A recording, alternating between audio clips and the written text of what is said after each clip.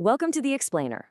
Okay, summer is here, and let's be honest, buying a new air conditioner can be a total headache. You're hit with all this technical jargon, a million different features, and tons of marketing hype. Well, today, we're going to cut through all of that noise. We're building a super clear, step-by-step roadmap to help you find the absolute perfect AC for your home.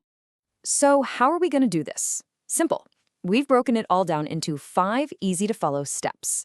Think of this as your personal guide that's going to take you from feeling completely overwhelmed to totally confident about your choice. We'll cover everything from getting the size right to understanding that tricky fine print. First things first, before you even think about looking at brands or models, the single most important thing you have to do is get to know your space. Seriously, getting this part right is the foundation for everything else. Getting the size, or what the pros call tonnage, right, is absolutely critical. And here's why. If you get an AC that's too small, it's going to run constantly, working itself to death just trying to keep up.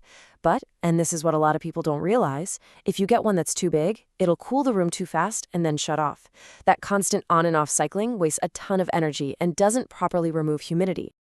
Okay, so here's the basic rule of thumb you'll see everywhere. This chart is a really solid starting point for matching your room's square footage to the right AC capacity.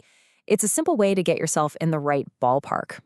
But, and this is a really crucial expert tip, it's almost always a smarter move to get an AC that's just a little bit bigger than what the chart says.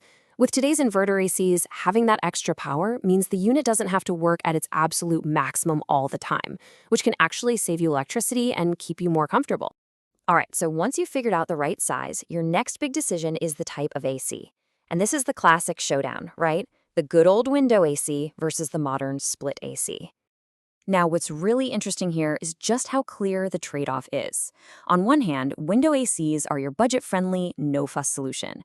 They're awesome for smaller rooms or if you're renting. On the other hand, split ACs cost more upfront, and you'll need a pro to install them. But your reward is much quieter cooling and a sleek look that doesn't eat up your window space. All right, you've got your size and your type. Now we get to the part that affects your wallet every single month, your electricity bill. This means we have to learn how to decode that energy sticker you see on the front of every AC unit. So here's the bottom line. That star rating is your secret weapon for long-term savings. Sure, a 5-star AC is going to cost you more when you buy it, but it's so much more efficient that it can easily pay for that extra cost through lower electricity bills in just a couple of years. You know, pretty much any AC you'd want to buy today uses what's called inverter technology. It's a total game changer. Instead of just blasting cold air at full power and then shutting off like old ACs, an inverter AC is smart. It works more like a car's accelerator, constantly adjusting its power to give you exactly the amount of cooling you need. That's the key to saving energy and keeping the temperature perfectly steady. But just having an inverter isn't enough. You gotta use it right. And this right here is a fantastic pro tip. When you first turn it on, crank it to full power to get all that heat out of the room fast. Then, after about half an hour, switch it over to auto mode. The AC will then just sip electricity to efficiently maintain that perfect cool.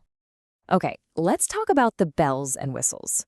Brands love to throw a million features at you, but let's be real, not all of them are useful. We're going to separate the marketing gimmicks from the features that will actually make a difference in your day-to-day life. These are the features that deliver real benefits. Good air filters are a no-brainer, especially if you live in a city. A dehumidifier or dry mode, oh man, that is a lifesaver during those super humid months. It pulls that sticky, clammy moisture out of the air. And things like an auto clean function are great because they keep the inside of your AC from getting gross and smelly, which helps it run better for longer. And here's another huge money-saving tip for you. Don't fall for the new model year hype. See, the government's energy rating standards aren't actually changing until the end of 2025. That means a lot of those shiny, new 2026 models are exactly the same on the inside as the 2024 or 2025 versions. You might be able to get an identical AC for way less money. Okay, we're in the home stretch. You've picked your size, your type, and the features you want. But before you pull the trigger, running through this final checklist can save you from massive headaches and hidden costs later on. Think of this as your final safety net. First, warranty. You absolutely want a long warranty on the PCB. That's the main circuit board, basically the expensive brain of the whole unit. If that fails, it's a huge repair bill. Second, don't forget to budget for installation. And third, and this is so important, buy a voltage stabilizer. It's cheap insurance that protects your very expensive AC from power surges. So, to wrap it all up, here's your complete roadmap. Start by measuring your space and maybe go one size up.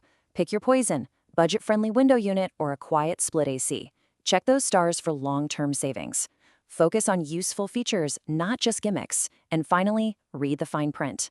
Follow these steps and you're going to make a smart choice you'll be happy with all summer. And that leaves us with one final thought to chew on. Today's ACs are already pretty smart, but as AI gets even more powerful and our climate keeps changing, what's next? What new levels of comfort and efficiency will the perfect AC of the future bring into our homes?